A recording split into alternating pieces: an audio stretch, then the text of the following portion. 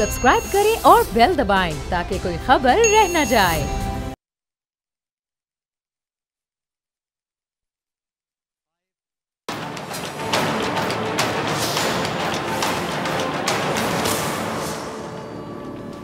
अस्सलाम वालेकुम नाजरीन, मैं हूं डॉक्टर फ़िज़ा अकबर खान और मैं हूं पाकिस्तान और आप देख रहे हैं पाकिस्तान के सबसे बड़े न्यूज़ चैनल का नंबर 1 प्रोग्राम ऐसे नहीं चलेगा।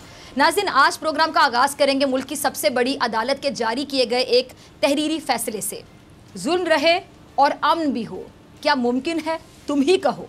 बदकिस्मती से क़याम पाकिस्तान को 72 और आईने पाकिस्तान बने 47 साल हो चुके हैं, लेकिन आज भी पाकिस्तान के अवाम को आइन में दिए गए हुकूक मिल नहीं रहे। जमहूरी इक़दार, एहतराम, बर्दाश्त, शफाफियत और मसावत के उसूलों का मजाक उड़ाया जाता है। अदम बर्दाश्त, अकरबा परवरी और खुद नुमाई तरजीहात बन चुकी हैं। अना परस्ती और ख़ुद को ठीक कहने की रिवायत मुआशरे में जड़ पकड़ चुकी है और करप्शन पाकिस्तानी मुआशरे में मुकम्मल तौर पर रच बस चुकी है। हमारे मुआशरे, हमारे निज़ाम, हमारे मुल्क की हालात की ये तशरीह मुल्क की सबसे बड़ी अदालत ने की। मुल्क की सबसे बड़ी अदालत ने हमारे मुआशरे की ये तशरीह की है। जितनी बीमारी इस फैसले में अदालत ने हमारे इस मुआशरे में और निज़ाम में बताई हैं, जितनी बीमारियाँ, उनकी सबसे बड़ी वजह भी बता दी गई है। और वो ये है कि पाकिस्तानी मुआशरे में करप्शन मुकम्मल तौर पर रच बस चुकी है। अच्छा, ये करप्शन है क्या? ये करप्शन क्या है? करप्शन की मुख्तसर और सादा सी तारीफ ज़रा समझ लीजिए कि इक़्तिदार में आने के बाद आवाम से लिए गए टैक्स के पैसों को ज़ाती मुफादात या कारोबार में इस्तेमाल करना। पाकिस्तान की सियासत में इस करप्शन का जिक्र तकरीबन हर सियासत की। अब नाज़रीन ज़रा गौर से सुनते जाइएगा। मुझ समेत आप सब ने, इस कौम ने अपने जो अवामी नुमाइंदे हैं उनसे बारहा ये बयानात सुने हैं कि करप्शन ने मुल्क की माशी जड़ों को कमज़ोर कर दिया, खोखला कर दिया, ब्ला ब्ला ब्ला ब्ला। करप्शन ने इदारों को तबाह कर दिया, करप्शन ने मुल्क का बेड़ा गर्क कर दिया, करप्शन ने मुल्क के निज़ाम को तबाही के दहाने पर पहुँचा दिया। ये सब कहते हैं बातें, सब किस किस का नाम लूँ और किस किस का नाम छोड़ूँ, लेकिन अब सवाल क्या है? सवाल ये कि करप्शन करता कौन है? आप सब जो बातें करते हैं, आप सब में से करप्शन करता कौन है? कोई तो है ना जो करप्शन करता है। जब पीपल्स पार्टी का दौरे हुकूमत था तो ये इल्ज़ाम नून लीग की जानिब से पीपल्स पार्टी पे लगाया जाता रहा। कैसे? ये ज़रा देखिए। 1988 से जमहूरियत का सुनहरी दौर मोहतरमा बेनज़ीर भुट्टो शहीद के वज़ीर आज़म बनने से शुरू होता है, जब डॉलर की कीमत 18 रुपये थी। और उसी साल दिसंबर में 1988 में पीपल्स पार्टी ने आलमी इदारों ने कर्ज़ के दौर जो प्रोग्राम है वो हासिल किए, जो 1990 और 1992 में ख़त्म हुए। अच्छा, उन प्रोग्रामों के ख़त्म होने का मतलब ये है कि कर्ज़ वापस करने की मुद्दत ख़त्म हुई, मगर कर्ज़ वापस नहीं किया गया। इससे पहले 1980 में जनरल ज़ियाउल हक के दौर में 2 अरब डॉलर का कर्जा लिया गया था, जो उसी दौर में वापस भी कर दिया गया था। पीपल्स पार्टी के दौरे हुकूमत के बाद जितने भी कर्जे लिए गए वो बदकिस्मती से पाकिस्तान वापस नहीं कर सका और आज हम कर्जों में मकरूज़ हैं। इक़्तिदार में आने वालों ने कर्जा लेने पर तो फोकस किया, लेकिन देने की कोशिश करना मुनासिब ना समझी। कर्जा तो ले लिया गया और लिया जाता रहा, लेकिन लगाया कहाँ गया, कितना लगाया गया, कहाँ लगाया गया, ये एक ऐसा सवाल है जिसका जवाब इनमें से किसी के पास नहीं है। क्योंकि कर्जा लेना करप्शन नहीं है, वो कर्जा लगाया कहाँ गया उसे जस्टिफाई ना करने का मतलब करप्शन हुई। और हकीकत ये है कि आज तक कोई भी हुक्मरान कर्जा लेने के बाद उसे लगाया कहाँ, ये कहाँ लगाया गया, ये बता ना सका। पीपल्स पार्टी ने विफाक में 5 साल मुकम्मल किए और सिंध में दर्जन साल, माशाल्लाह दर्जन साल, 12 साल पीपल्स पार्टी की हुकूमत है 12 साल से सिंध में। लेकिन क्या पीपल्स पार्टी की क़यादत अपने दौर में लिए गए इन तमाम कर्ज़ों का हिसाब देगी जो उसने लिए? 2008 में पाकिस्तान पर 6000 अरब का कर्जा था, 6000 अरब का कर्जा 2008। अब 2008 से 13 तक अगर हम बात करें पीपल्स पार्टी के दौरे हुकूमत की, तो ये कर्जा हम देखते हैं कि बढ़ गया और 36,000 अरब तक हो गया। और पीपल्स पार्टी के दौर से पहले जो पाकिस्तानी 36,000 रुपये का मकरूज़ था, वो रकम 88,000 होगी, 88,000 तक पहुँच गई। कर्जा लिया तो गया, दोबारा अपना सवाल दोहराऊंगी कि लगाया कहाँ, कौन बताएगा, मुकम्मल तफसीलात कौन देगा? कर्जा लिया तो गया, लेकिन मुनाफे में जाती हुई स्टील मिल्स तबाही के दहाने पर पहुंच गई। कर्जा लिया गया, लेकिन देखें ना, अजीब कर्जा था कि कर्जा लिया गया लेकिन बेहतरी नहीं आई कौमी इदारों में। कौमी एयरलाइन का भी दिवालिया निकल गया। कर्जा लिया गया लेकिन कोई एक सरकारी इदारा मुनाफा कमा कर दे ना सका। कर्जा लिया गया लेकिन इस लिए गए कर्जे से, ये जो कर्जा लिया गया था उससे अवाम की हालत बदल ना सकी। कर्जा लिया गया, सेहत, कानून, इंसाफ और दीगर शोबों में तरक्की ना हो सकी। कर्जा लिया गया, मसाइल का अंबार कम ना हो सका। फिर भी जियाले जिए भुट्टो बिलावल कल कहते रहे और कहते रहेंगे, जिए भुट्टो और जिए बिलावल। क्या कहूँ, अफसोस का इजहार कर सकती हूँ ऐसे जालों पर।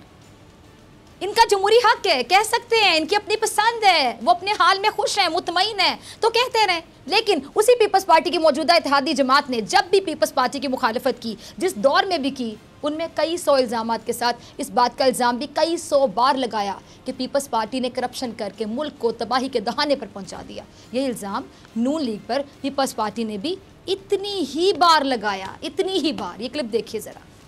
अच्छा, 1990 में नवाज शरीफ साहब का जो पहला दौरे हुकूमत शुरू हुआ था, उन्होंने भी 1993 में $1 अरब के करीब बैरूनी कर्जा लिया। अब सुनते जाइएगा नाजरीन। अब दोनों जमातों ने IMF, एशियाई तरक्याती बैंक और आलमी बैंक से 1995 से 1999 तक 3 प्रोग्राम्स लिए, जो वक्त से पहले ही बुरी तरह नाकाम हो गए। और 1999 में पाकिस्तान पर $39 अरब का कर्जा चढ़ चुका था। यानी पाकिस्तान सूद की अदायगी के काबिल भी नहीं था, या अगर मैं आसान अल्फाज में आपको समझाऊं तो पाकिस्तान डिफ़ॉल्ट और दिवालिया होने के करीब पहुंच चुका था। अच्छा, फिर परवेज़ मुशर्रफ साहब ने हुकूमत जब उनकी आई और इक़्तिदार में आए, उसके बाद जो पेरिस क्लब है उसके साथ मुआहदा किया गया। मैं आपको बताऊं कि कर्ज़ों की बाकायदा रीशेड्यूलिंग पर भी राज़ी कर लिया गया। आलमी बैंक और IMF के साथ मुज़ाकरात के ज़रिए पाकिस्तान को दिवालिया होने से बचा भी लिया गया। अच्छा, उस अरसे में पाकिस्तान के सारे सूद अदा करके असल ज़र में से भी $5 अरब की रकम वापस की गई थी। और 2008 में पाकिस्तान पर कर्जों का बोझ कम होकर $34 अरब रह गया था। अच्छा, फिर 2000 से 2008 तक पाकिस्तानी करेंसी की अगर मैं बात करूं तो वो भी मुस्तहकम रही। 1999 की अगर बात करूं, 1999 में 1999 में $52 का डॉलर था और 9 सालों में 52 और 62 रुपये के दरमियान ही रहा। अब नवाज शरीफ साहब के पहले दौरे हुकूमत का अहवाल बताना ना इसलिए भी ज़रूरी था क्योंकि इब्तिदा ही इंतहा का पता देती है। पते की बात, इब्तिदा ही इंतहा का पता देती है। नून लीग 3 बार माशाल्लाह अल्हम्दुलिल्लाह इक़्तिदार में आई, बड़ी किस्मत है। और आखिरी बार अपने पूरे 5 साल मुकम्मल किए। इन 5 सालों में भी नून लीग पर पीपल्स पार्टी ने कई बार अनगिनत, बता भी नहीं सकते कि कितनी बार, कई बार शन और बदउनवानियों के इल्ज़ामात लगाए। लेकिन पीपल्स पार्टी के साथ साथ पाकिस्तानी सियासत में इस बार और सियासी जमात ने एक हमने देखा कि जोर पकड़ा, जिसका नाम था बल्ले वाली पार्टी यानी तहरीक इंसाफ। तहरीक इंसाफ के चेयरमैन इमरान खान साहब ने मुल्क की तबाही और बर्बादी का जो असल जिम्मेदार है, जब भी आपने उनको बात करते हुए सुना होगा, तकरीर करते हुए सुना होगा, इज़हार ख्याल करते हुए सुना होगा, उन्होंने कहा कि पाकिस्तान की तबाही और बर्बादी का असल जिम्मेदार सिर्फ करप्शन है। अच्छा, दोनों सियासी जमातों के सरबराहों, वज़ीरों, मुशीरों पर करप्शन के इल्ज़ामात भी लगाए। ज़रा खान साहब का क्लिप भी चला दीजिएगा। इमरान खान साहब का विजन करप्शन से पाक पाकिस्तान था और उन्होंने अपनी सियासत में करप्शन के खिलाफ भरपूर मुहिम भी चलाई। आज तहरीक इंसाफ इक़्तिदार में है, इस बात में कोई शक नहीं है कि पाकिस्तान पर जितना कर्जा है पिछली 2 सियासी जमातों ने इक़्तिदार में आकर चढ़ाया, और इससे ज़्यादा अफसोस की बात है कि उतारे बगैर चलते बने। लेकिन क्या इमरान खान साहब का नया पाकिस्तान करप्शन फ्री पाकिस्तान बनने की जानिब गामजन है? नाजरीन, दिल पर हाथ रखिए और बताइए, चले सुनिए भी। तीनों सियासी जमातों ने एक दूसरे पर करप्शन के बदतरीन इल्जामात की बुछाड़ कर दी, और तीनों सियासी जमातों ने किसी एक वजीर पर जब कोई करप्शन का मुकदमा बनता है तो वो क्या कहता दिखाई देता है? बच्चा जानता है कि फिजा क्या कहेगी। क्या कहते हैं ये कहते हैं कि करप्शन का इल्जाम तो सियासी इंतकाम है, मुझसे तो कोई सियासी इंतकाम लिया जा रहा है, सोची समझी साजिश है, ये तो कोई सियासी इंतकाम है। नवाज शरीफ साहब को नाअहल किया गया क्योंकि उन पर करप्शन साबित हुई। एक इस्लामी एटमी मुल्क का वजीर आज़म, अब ज़रा सोचिए, अपने बेटे की कंपनी में चपड़ासी लगाओ। क्यों? क्या वजह है कि वो अपने बेटे की कंपनी में तनख्वाहदार मुलाजिम है? एक मुल्क का वजीर आज़म, एक एटमी मुल्क का वजीर दुबई की किसी कंपनी का प्लम्बर लगाओ। क्यों? क्या वजह है कि वो इस मुल्क में अहम तरीन वजारत पर फाइज होने के साथ साथ दुबई में भी प्लम्बर की मुलाजमत कर रहा हो? क्यों हमारे मुल्क में सरकारी ओहदों पर बैठने वाले किसी और मुल्क के अकामा होल्डर्स बने हुए हैं? कैसे इस मुल्क के साबिक वजीर खजाना के असासों में 90 गुना तक इजाफा हो गया और मुल्क हमने देखा कि नीचे आता चला गया। बेचारी अवाम का जो हाल है वो आपके सामने है। किस मुल्क की जमहूरियत में ये मिसालें मिलती हैं सिवाय हमारे मुल्क के? किस मुल्क में मरने वाले के जाली अकाउंट्स में करोड़ों और अरबों रुपए मुंतकिल हो जाते हैं? किस मुल्क का फलूदे वाला अचानक अरबपति बन जाता है? कौन से तरक्की याफ्ता मुल्क के हुक्मरान अमीर तरीन और बेचारी अवाम जो इन हुक्मरानों को इलेक्ट करके असम्बलियों तक पहुंचाती है, वो अवाम, वो वोटर, वो जमहूर गरीब तरीन होता चला जाए इन अमीर हुक्मरानों की वजह से?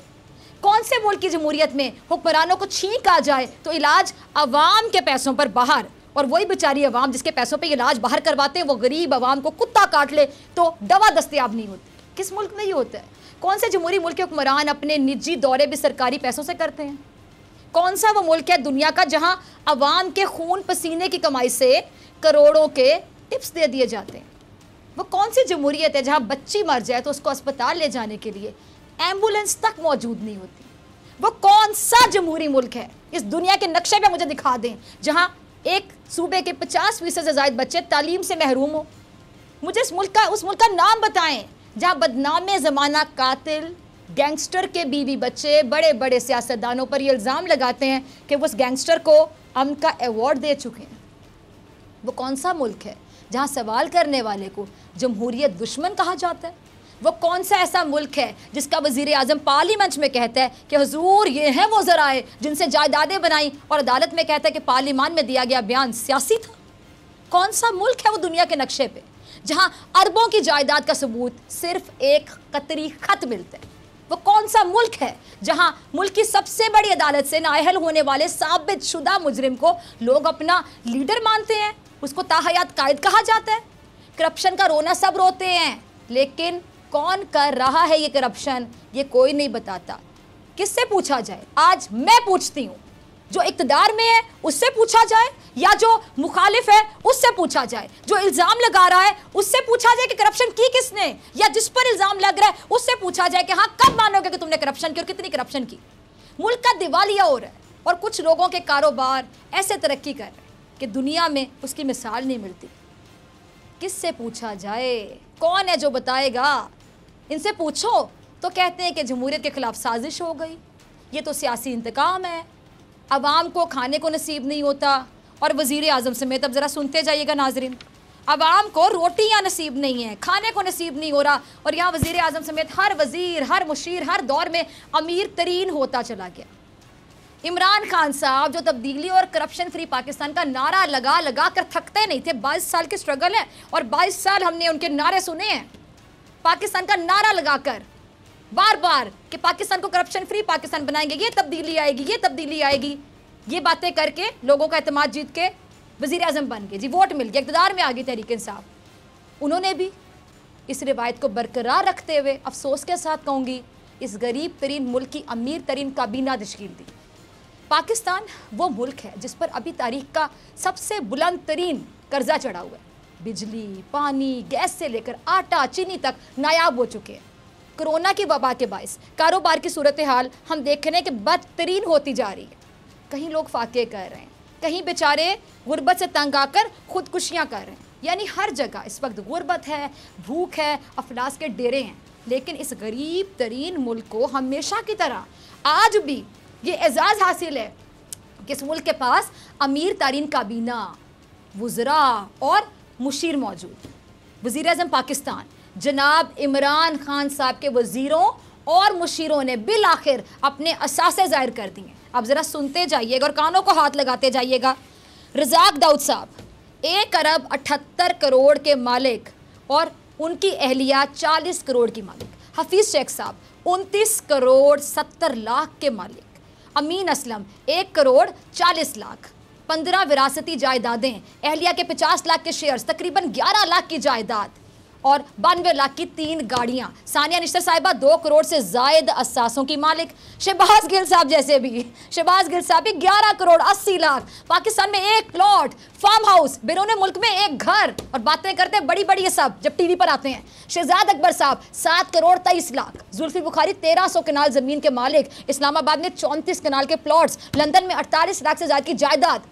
बैरून मुल्क 5 कंपनियों के शेयर्स, 5 लाख पाउंड का सोना। अहलिया के पास भी बहुत कुछ है, ज़ाहिर बात है इनकी अहलिया के पास 1.5 लाख पाउंड्स का सोना। पाकिस्तानी बैंकों में 24 लाख रुपए, बैरून मुल्क बैंकों में 17 लाख पाउंड्स।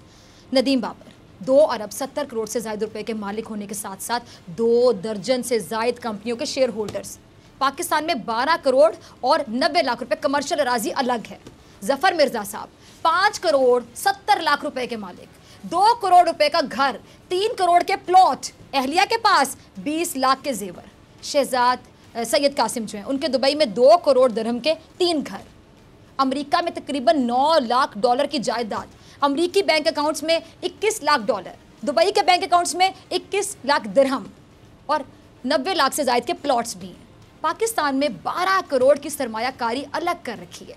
नदीम अफजल चंद साहब उनके असासों की मालियत 3 करोड़ से ज़ायद, 5 फार्म हाउस, 3 घर। बाबर अवान साहब 16 करोड़ से ज़ायद जायदाद के मालिक, स्पेन में एक प्रॉपर्टी, 5 करोड़ नकद, 2 करोड़ बैंक अकाउंट में, कारोबार में 40 लाख से ज़ायद की सरमायाकारी, 1.5 करोड़ से ज़ायद की 6 गाड़ियाँ, 20 लाख रुपए के जेवरात। अली नवाज साहब 13 करोड़ 40 लाख से ज़ायद असासों के मालिक।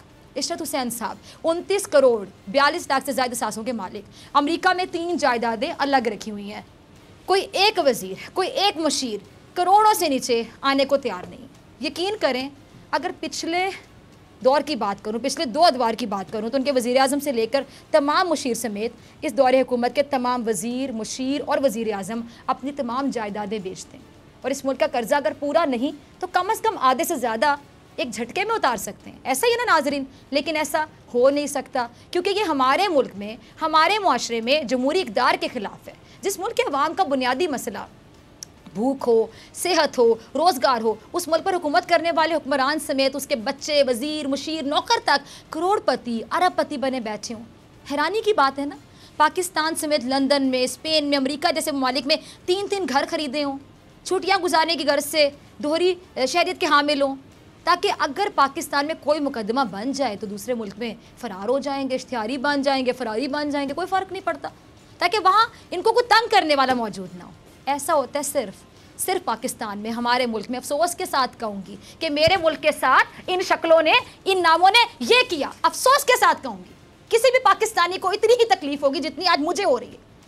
करप्शन की किसने, ये नहीं कोई बताएगा। करप्शन करप्शन करप्शन कौन करता है भाइयों बहनों, आप लोगों में से बताएं ना। ये कोई बता नहीं सकता। जिस पर करप्शन का इल्जाम लगता है वो, मैं अपने अल्फाज दोहराऊंगी, दावा करता है जी सियासी जा रहा है। जिस पर करप्शन का इल्जाम लगता है वो कहता है कि जमहूरियत के खिलाफ साजिश हो रही है। जिससे सवाल किया जाता है कि इक़्तिदार के 5 साल एंजॉय किए, कर्जा लिया, कहाँ लगाया, तो कहता है कि सियासतदानों की तो पकड़ी उछाली जा रही है। और हमारे प्यारे गरीब अवाम जिनके पैसों से कुछ लोग अमीर से अमीरतर हो गए, हमारे प्यारे गरीब वोटर जिनको खाने और इलाज के लाले पड़े हुए, उनके पैसों से लोगों ने लंदन में जाकर इलाज करवाए। हमारे प्यारे गरीब सादे जो छोटी मोटी करप्शन करने वाले लोग हैं, जिनके बारे में जो भी जब छोटा सा भी डाका डाल लेंगे ना, अगर ये आज भी बेचारे गले में ढोल डालकर इस बात का इंतज़ार कर रहे हैं कि इनका कायद लंदन से वापस आएगा और ये बेचारे भंगड़ा डालेंगे, ये आज भी इस बात का इंतज़ार करें कि ये और इनकी आने वाली नस्लें भले मर जाएं, तबाह हो जाए, बर्बाद हो जाए, सिंध पूरा का पूरा मुंजधाड़ो बन जाए, लेकिन बस बिलावल को किसी तरह वज़ीर आज़म बनता देख लें। ये आज भी सोच रहे हैं कि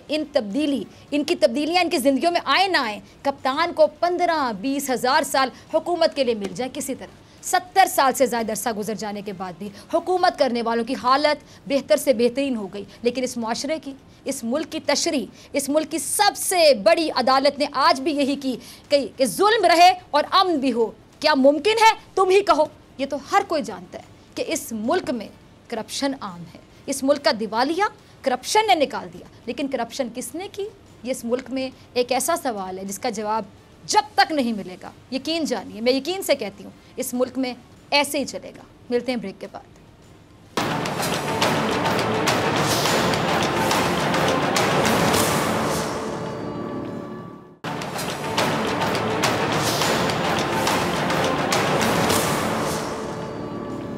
वेलकम बैक नाज़रीन, आप देख रहे हैं ऐसे नहीं चलेगा। मैं हूं आपके साथ डॉक्टर फ़िज़ा अकबर खान। ब्रेक से पहले मैंने बड़ा खुलकर बात की कि करप्शन की बात तो तमाम सियासतदान करते हैं, जिसे सुन ले बात करते हैं कि पाकिस्तान में करप्शन है, करप्शन है, करप्शन है, लेकिन करप्शन करता कौन है ये आज तक मालूम नहीं हो सका, कोई बता ना सका। इसी गुत्थी को सुलझाने की कोशिश करूँगी, सवालात का बॉल फेंकूंगी कोर्ट में अपने मौजूद मेहमान के, लेफ्टिनेंट जनरल रिटायर्ड अमजद शरीफ साहब, सीनियर दिफाई तजियाकार हैं, डिफेंस एनालिस्ट। बहुत शुक्रिया जनरल साहब ज्वाइन करने के लिए। जैसे पाकिस्तान पर हमने देखा कि अरबों का कर्ज है, सरकारी इदारे तबाह हो चुके हैं, हर कोई कहता है कि करप्शन हो रही है, ये नहीं बताता कि करप्शन कर कौन रहा है। बिस्मिल्लाहिर्रहमानिर्रहीम। देखिए, इस वक्त तो करप्शन का हाल ये है कि कोई भी हमारी कोई सेगमेंट सोसाइटी का ऐसा नहीं है जहां करप्शन नहीं है। वक्त के साथ साथ ये पलती रही, बढ़ती रही। सबसे पहले तो करप्शन का काम शुरू होता है जहां साहिब इक़्तिदार खुद इस काम में मुलव्वस होते हैं। वहाँ बड़ी आसानी होती है, इसलिए कि आपने कानून भी अगर को बनाने हैं, कोई सैंक्शंस करनी है, अप्रूवल्स देनी है, वो सब आपके अपने हाथ में होता है। और फिर उसके जो एविडेंसेस हैं, जो कल को कोई सबूत पेश हो सकता है, तो वो भी आपके हाथ में है। उनको गायब करना, उनको गुम करना, चुनाचे बड़ा आसान हो जाता है कि आपने करप्शन कर ली, इल्जाम लग गया, शोर मचा, सब कुछ। लेकिन अदालतों में आके तो आप बड़ी, क्योंकि वो चीज़ें वहाँ वो साबित नहीं होती, इस वजह से कि एविडेंस तो आपके पास है।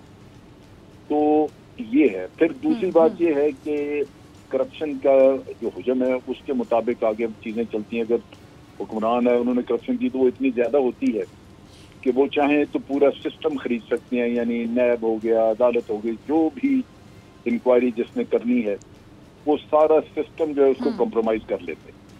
नतीजा ये कि कोई भी चीज़ कहीं चलती नजर नहीं आती। उसकी मिसाल आपके सामने है कि एक बड़ा सिंसियर आदमी इमरान खान, जिसने के बड़े लगन के साथ कि जनाब करप्शन खत्म करनी है, केसेस पकड़ेंगे, सजाएं देंगे, लोग जेलों में जाएंगे, पैसा वापस आएगा। आप देख लीजिए कि मेगा करप्शन केसेस में एक भी केस का इन 2 सालों में फैसला नहीं हो सकता। कहीं तो कई रुकावट है ना, कहीं कोई इस खेल का हिस्सा है जो इन चीजों को चलने नहीं देता। अगर अदालत मुखलिस हो तो बिल्कुल कैसे हो सकता है कि जनाब आप बहाना बनाने दें कि जी आप देखिए कि अभी ये मसलन राना सनाउल्लाह का ही केस है। मैं अगले दिन सुन रहा था, 6 महीने हो गए उसकी, वो जो मुल्ज़िम के ऊपर जो चार्ज लगाना होता है वो ही नहीं अभी तक लग सका। यानी वो कोई ना कोई बहाना करके अपनी पेशी को आगे पीछे करा देते हैं। तो जब निज़ाम सारा ऐसा ही हो जाए जो कि करप्ट आदमी को फेवर करे, करप्ट आदमी के साथ मदद करता रहे, करप्ट आदमी। सॉरी, मैं आपकी बात काट रही हूँ। मुझे बताइए कि इमरान खान साहब इन दोनों पार्टियों के बारे में यही बातें करते रहे। 22 साल उन्होंने स्ट्रगल की और स्ट्रगल करते करते तब्दीली, करप्शन फ्री पाकिस्तान, ये होगा, वो होगा, मेरिट होगा, सिस्टम होगा, ये जो खराब सिस्टम है इसको सही किया जाएगा, यही नारा लगा कर आए। अब उनकी हुकूमत ऑलमोस्ट आप समझ लें कि आधा टेन्योर पूरा कर चुकी है, 2 साल हो चुके हैं, आगे 2.5-3 साल रह गए हैं, फिर अगले इलेक्शन की तैयारी शुरू हो जाएगी। मुझे समझ नहीं आ रही कि अगर अब वो भी यही बातें करें कि हमसे तो हो नहीं पा रहा, ये पुराने लोग ये करके चले गए, तो जनरल साहब अब 2-2.5 साल के बाद भी इनके मुँह से बातें अच्छी लगती हैं। आपको कैसा लगता है सुनकर ये बातें? देखिए, अच्छी नहीं लगती, लेकिन एक तजर्बा, एक जिंदगी में आप बहुत सारी चीजें असेस करते हैं, देखते हैं। मैं भी देख रहा हूँ कि ये क्या हो रहा है। देखिए, असल सूरत हाल ये है कि इमरान खान अकेला है एक तरफ और बाकी तकरीबन मेजॉरिटी पाकिस्तान की वो दूसरी तरफ है। यहाँ वाहिद मुल्क है जिसके अवाम लुटते हैं, लेकिन वो लूटने वाले का साथ देते हुए नजर आते हैं। तो इन हालात में जबकि आपके मुखालफत में इतना कुछ हो, आप क्या करेंगे? इसमें जब तक के कोई सिस्टम को ही ओवरहॉल ना कर दे, यानी जो पिछले 10 सालों में, 12 सालों में आपने अदारे बर्बाद किए हैं, जिनमें अपने अपने वो खुशामदी और अपने करप्ट लोगों को घुसा गए हैं, उनको रिफॉर्म करने का जब तक कोई जरिया न हो, तो वो तो वही निजाम है जो चला आ रहा है पीछे, जिसने के करप्शन को प्रमोट किया था। बिल्कुल बिल्कुल। ये तो एक ऊपर इमरान खान बदल गया, बाकी तो और उसके साथ जो वज़रा वगैरह है वो भी तो वही, बहुत कुछ वही लोग हैं। और बाकी काबीना, जनरल साहब आपने मेरे मुंह का सवाल आपने अपने मुंह से कह दिया गया। आपके अल्फाज में ये कहने जा रही थी कि वज़ीर-ए-आज़म इमरान खान साहब की अमीर तरीन काबीना की अगर हम बात करें तो हर वज़ीर, हर मुशीर हम देखते हैं कि करोड़पति, अरबपति है। फिर साथ ही मेरे जहन में अचानक ये आया कि जब उस्मान बुज़दार साहब की बात की जाती है, उनकी परफॉर्मेंस की कि सुस्त हैं, या शहबाज शरीफ साहब से अगर मुआवजा किया जाता है, जो पंजाब के CM हैं, बहुत से लोग उनको बातें करते हैं, उनकी तब्दीली की भी आयत हम देखते हैं, रूमर्स आती रहती हैं कि आज जा रहे हैं, कल जा रहे हैं, तो उनको जस्टिफाई इस तरह किया जाता है कि पसमानदा इलाके से कुछ सामने आया है, ऐसा बंदा भी CM बन के है, तो आप लोगों से हजम नहीं हो रहा। तो फिर जब उस तरह के CM को इस तरह ये जस्टिफाई करते हैं, तो अपनी काबीना में इस तरह के लोग रखे हुए, वही वजीर, मुशीर, करोड़ों के मालिक, अरबपति, खरबपति, ये कैसे फिर जस्टिफाई करेंगे? देखिए, जिन लोगों ने तो अपने असासे डिक्लेयर कर दिए ना, उनके तो असासे लाजमन जायज होंगे। हाँ। इसकी वजह ये है कि डिक्लेयर करने से मुराद ये कि अगर आज आपसे पूछा जाए तो आपके पास उन असासों का जस्टिफाई करने के लिए मनी ट्रेल और जायज आमदन का जरिया मौजूद है, वरना तो आप लिखे ना। असल चीज वहां पे खराब होती है जब आपका पता चलता है कि ये जो डिक्लेयर किए हैं ये एसेट तो है ही, लेकिन इनके अलावा जो नहीं किए वो आपके इंग्लैंड में है या आपके दुबई में है। वो चीज है जो कि असल प्रॉब्लम बनती है, जहां आप एक ऐसी इनकम को छुपा के बैठे हैं जो नाजायज थी। यहाँ जितने भी केसेस सियासतदानों के भी चल रहे हैं वो मंजूर पापड़ वाले का बार बार जिक्र आता है, ये फेक अकाउंट्स हैं, मनी लॉन्ड्रिंग है, अनडिक्लेयर्ड एसेट्स हैं, ये वो मसला है। सही। जो इन्होंने किया है एसेट्स की हद तक तो ठीक है, उन्होंने सारे सामने रख दिए, लेकिन कल को हो गए इनमें से किसी के एसेट और निकल आए जो इस डिक्लेरेशन में नहीं है तो ये मुजरम होगा। हाँ। लेकिन उससे बढ़ के ये है कि इनकी डुअल नेशनैलिटी वाला जो किस्सा है वो इखलाकी और इंतजामी तौर पे गलत है। इमरान खान साहब ने खुद बड़ी दफा कहा था कि ये डुअल नेशनैलिटी वाले लोग नहीं होने चाहिए, दोहरी शहरियत के हवाले से बिल्कुल, और वो दोहरी शहरियत वाले फिर यहाँ पे मौजूद। तो उनके कॉल और फेल में फिर तजाद महसूस हो रहा है ना कि जब आप खुद एक राय रखते हो, उस राय का बारह आप इजहार कर चुके हैं टीवी पर आके, तो फिर आपकी काबीना में इस तरह के लोग, आपके मुशीर इस तरह कैसे? बिल्कुल बिल्कुल, वजीर और मुशीर। अच्छा जनरल साहब, साथ ही मैं एक सवाल पूछूंगी कि अगर वही सिस्टम चला आ रहा है कि करोड़पति, अरबपति, खरबपति, वज़रा और मुशीर, तो फिर ये बात की जाती थी कि जी जब अब तब्दीली होगी तो आप देखिएगा कि हम में से लोग उठकर आएंगे, नए लोगों को मौका मिलेगा। वो जो एक मौरूसी सियासत है कि बाप भी सियासतदान था, दादा भी सियासतदान था, आगे बच्चे को भी सियासत मिल गई, नए लोगों को मौका मिलेगा। तो क्या फिर यही नए लोग हैं जो अरबपति, खरबपति लोग हैं, जिनके अकाउंट्स में इतने पैसे हैं, जिनके इतने प्लॉट्स हैं, फार्म हाउस हैं, पाकिस्तान से बाहर भी जायदादें, ये लोग महसूस करेंगे गरीब इंसान का दुख और अवाम के साथ होता है कि जिसको रोटी नहीं मिलती, जिसको कपड़ा नहीं मिलता पहनने के लिए, जिसके पास सर ढांपने के लिए छत तक नहीं है? नहीं, वो तो नहीं हो सकेगा। लेकिन एक चीज जो इस गवर्नमेंट की दूसरी गवर्नमेंट्स की निस्बत फर्क है वो है कि ये गवर्नमेंट निस्बतन ज्यादा ट्रांसपेरेंट है। अगर आप देखें तो जैसे अभी इन्होंने एसेट्स में वो डिक्लेयर करवाए, उनकी नेशनैलिटी, क्या ये लोग पहले भी, इनमें से बाज़ लोग जो हैं वो पहले भी, जैसे हफीज शेख साहब हैं या ये गोंदल साहब हैं, ये भी तो पहले हुकूमतों के सिर हैं। तो आज इनकी नेशनैलिटी और चीजें सामने आ रही हैं, इनके एसेट्स भी सामने आ रहे हैं। दूसरी ये है कि जितने भी माफिया इंक्वायरीज वगैरह हुई हैं वो भी पब्लिक कर दी जाती हैं। डिपेंड करता है कि अब उन पे एक्शन क्या होगा। अगर एक्शन भी हो जाए तो ये बहुत बड़ा फर्क है। अच्छा, तो जनरल साहब आपने अगली बात खुद ही कह दी ना, आपने करोड़ों की बात कर दी कि देखें वो डिक्लेयर कर दे, रिपोर्ट पे रिपोर्ट पब्लिक कर दी जाती है। लेकिन बात तो, मजा तो तब आए ना जब उन लोगों को सजा दी जाए, करार वाकई सजा किसी को दी जाए, एग्जाम्पल सेट की जाए कि आइंदा सबको कहते हैं कान हो जाए कि आइंदा कभी किसी ने ये हरकत नहीं करनी, वरना हमारा अंजाम भी ये होगा।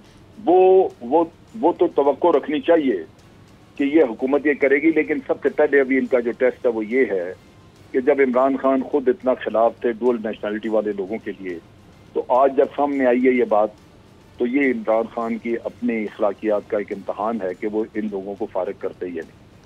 अगर डुअल नेशनैलिटी वाले यहीं मौजूद रहे तो ये इतना बड़ा कॉल फेल का तजाद, जो और भी बहुत चीज़ों में लोग जिक्र करते हैं, लेकिन ये तो आज सबूत के साथ सामने मौजूद है।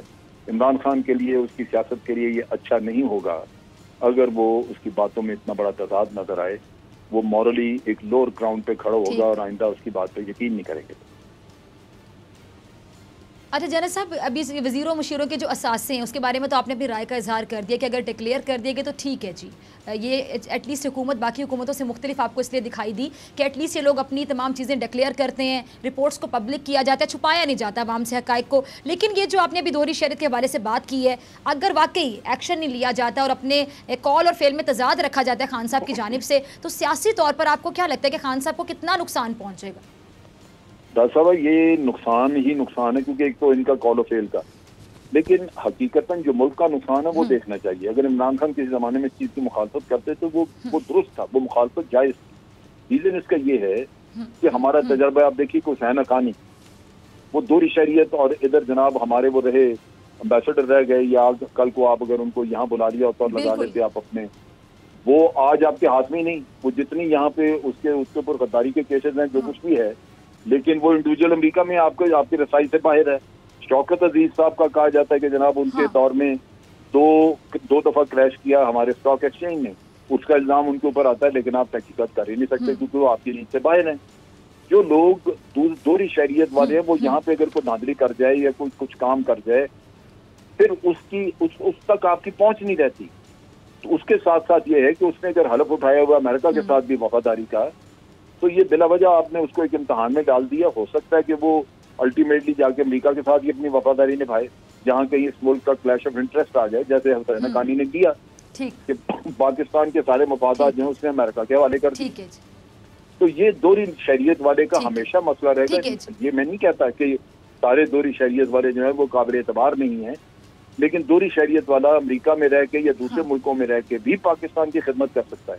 वो वहाँ अच्छा सफीर बन सकता है इस मुल्क का, वहाँ से इन्वेस्टमेंट हमें लाके दे सकता है। ठीक है जी जनरल साहब, बहुत शुक्रिया आपके वक्त के लिए, आपके तज्जिए के लिए। मुझे ब्रेक पे जाना, ब्रेक के साथ मौजूद होंगे खुसूसी नुमाइंदे सदीक जान और उनकी बड़ी खबर।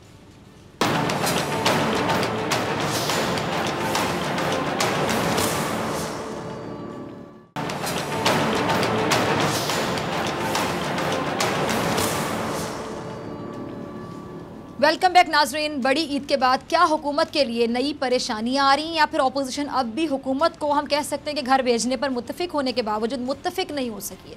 इसी पे बात करने के लिए मेरे साथ मौजूद है सेगमेंट में नुमाइंदा खुसूसी सदीक जान। सदीक, आपकी तरफ आना चाहूँगी। सदीक, अपोजिशन की जो APC है ताखीर का शिकार हो गई है, और बहुत से लोग ये जानना चाह रहे हैं कि अपोजिशन में बुनियादी इख्तलाफात ज़रूर हैं, लेकिन वो हैं क्या? ज्यादा मसला जो उठाया हुआ है वो मौलाना फजलुर रहमान साहब ने उठाया हुआ है। मौलाना फजलुर रहमान इस वक्त ये कह रहे हैं, वो कहते हैं कि जब पिछली मरतबा मैं आया था, मैं अपने कारकुनान को लेके आया था, उसके बाद जो उनके साथ लाहौर में मुस्लिम लीग नून ने किया, जिस तरह से उनका इस्तकबाल नहीं किया गया था, जैसे मौलाना साहब एक कंटेनर के ऊपर उन्होंने अपने यूनियन काउंसिल लेवल के लीडर्स को भेजा, बल्कि मौलाना फजलुर रहमान ने कहा था कि मैं मियां नवाज शरीफ की इयादत करने के लिए जाना चाहता हूँ, लेकिन नवाज शरीफ साहब को मिलने नहीं दिया गया था, मौलाना साहब को वहाँ नहीं जाने दिया गया था।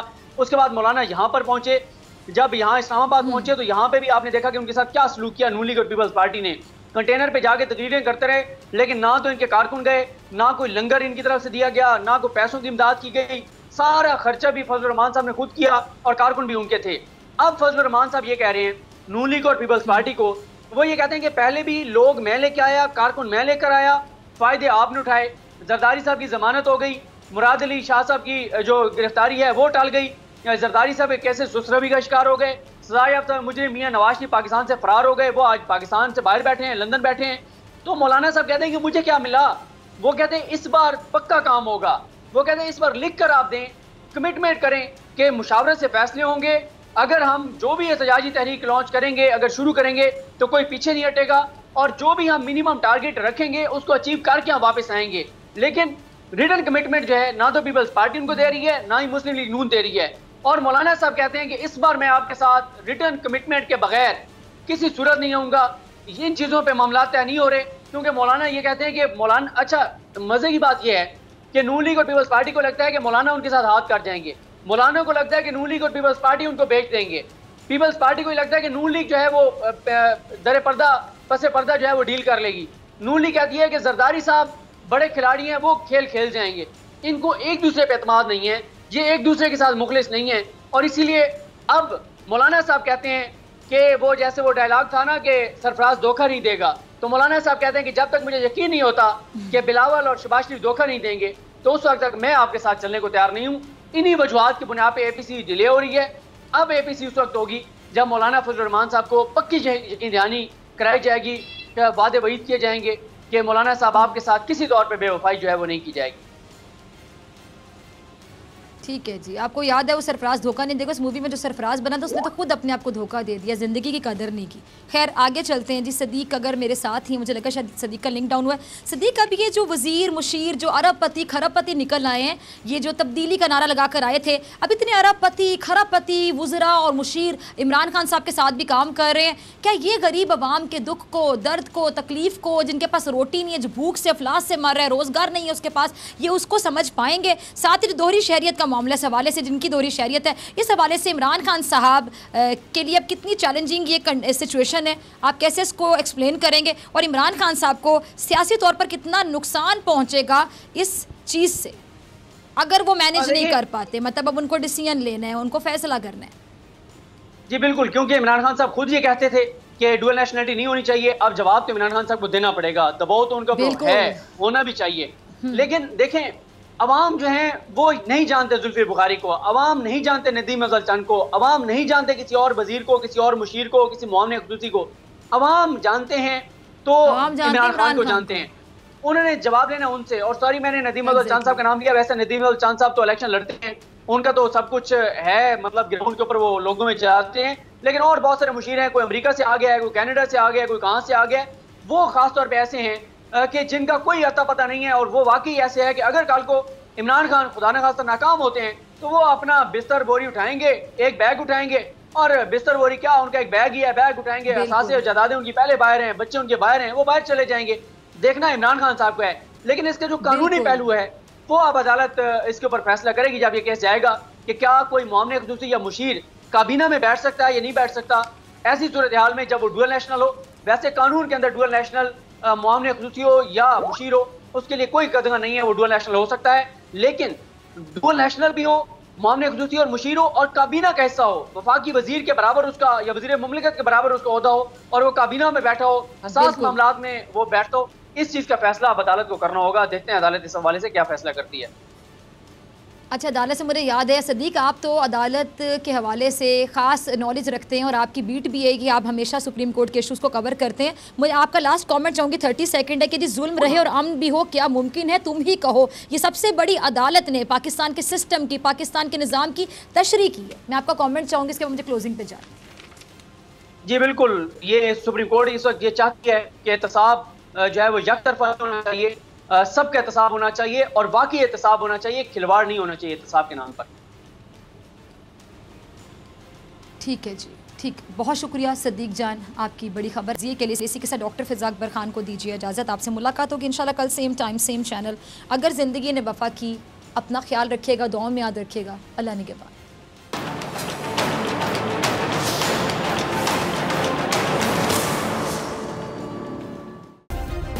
सब्सक्राइब करें और बेल दबाएं ताकि कोई खबर रह न जाए।